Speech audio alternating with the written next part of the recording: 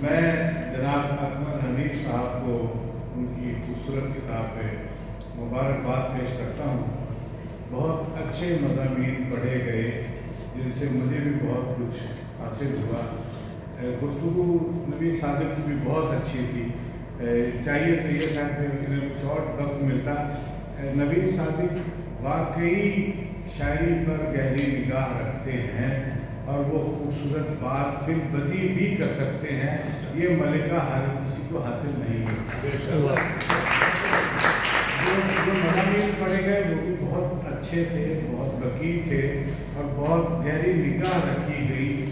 ہمارے ہاں سب سے بڑی مسئلہ یہ ہے کہ بہت زیادہ نثری مضامین کو سننے کے لیے کوئی تیار نہیں ہوتا، صاحب صدر بھی نہیں ہوتے، لیکن پھر بھی اچھے مضامین تھے اور ان کو سالگرہ کی بھی مبارکباد پیش کرتا ہوں۔ میں چند لفظ میں نے جو لکھے ہیں وہ میں ان کے لیے چھوٹا سا آدھے صفحے کا ہے میرے پاس، وہ میں نے ان کے لیے لکھا تھا تو وہ میں سنا دیتا ہوں۔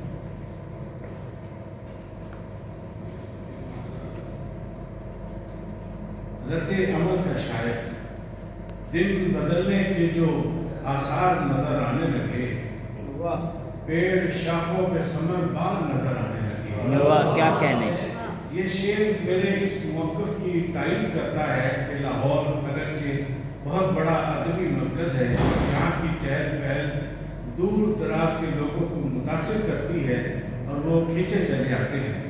لاہور کے قدیم باشندے اگرچہ بہت کم ہیں اور جو ہیں وہ بھی زیادہ تر تقسیم کے بعد یہاں عام بسے۔ پھر بہت سے ایسے بھی تھے جنہیں تعلیم کا حصول، ملازمت، اچھا مستقبل یہاں لے آئے، پھر وہ یہیں کے ہو گئے۔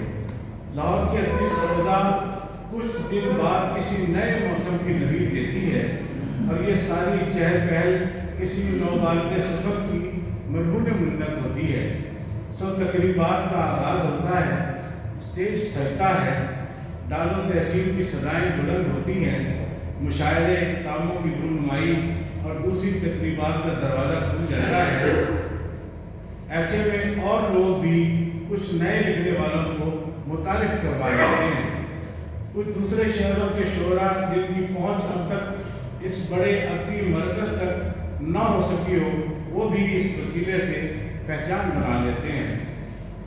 یوں سلسلہ چل نکلتا ہے، پھر وہ سخن پر کہیں گرد زمانہ کی بھیڑ چڑھ جاتا ہے یا اس کے سارے تقریباتی نظام سے اکتا کر کہیں اور نکل جاتا ہے۔ ابتدا میں اکمل حنیف کے متعلق بھی یہی رائے تھی، مگر جب اکمل حنیف نے لاہور کو مستقر بنا لیا، عارضی کو اوڑھنا بچھونا کر لیا اور کسی صورت بھی عمدہ تقریبات منعقد کرنے سے باز نہ آیا، تو آخر کار اسے اپنا شعری مجموعہ بھی شائع کرنا پڑا۔ لہذا انہیں دار التحصیل سے نوازا گیا۔ رد عمل واقعی رد عمل ہے ان تمام ادیبیوں کا جن سے ہمارا سب کا واسطہ پڑ رہا ہے۔ یہاں کوئی شے ٹھکانے پہ نہیں، بلکہ اب تو کسی کی عقل بھی ٹھکانے پہ نہیں۔ ایسی اتل پتل ہے کہ جیسے سب کچھ عجلت میں ہو رہا ہو۔ کسی قوم کی زندگی میں کوئی وقت پر آشوب ہوتا ہے، مگر یہاں تو 75 سال ہو گئے کسی کشمکش میں۔ اسی کی نشاندہی اکمل حنیف کی شاعری میں بھی ہے۔ اکمل حنیف کے اشعار رواں دواں بہروں میں سلاست و معنی سے لبریز ہیں۔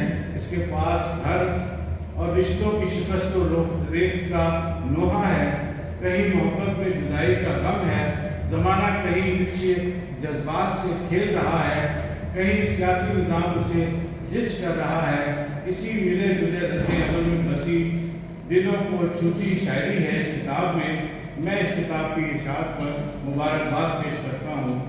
میں کسی ذات کی میں کسی کی ذات پہ میں نے کسی کی ذات پہ تنقید نہیں کی، لیکن کبھی بھی جھوٹ کی تائید نہیں کی۔ سانس لینا کر دیا دشوار میرے بھائیوں نے، سانس لینا کر دیا دشوار میرے بھائیوں نے، مرنا کر لیا گھر بار میرے بھائیوں نے۔ اس کے ساتھ ہی بہت بہت شکریہ۔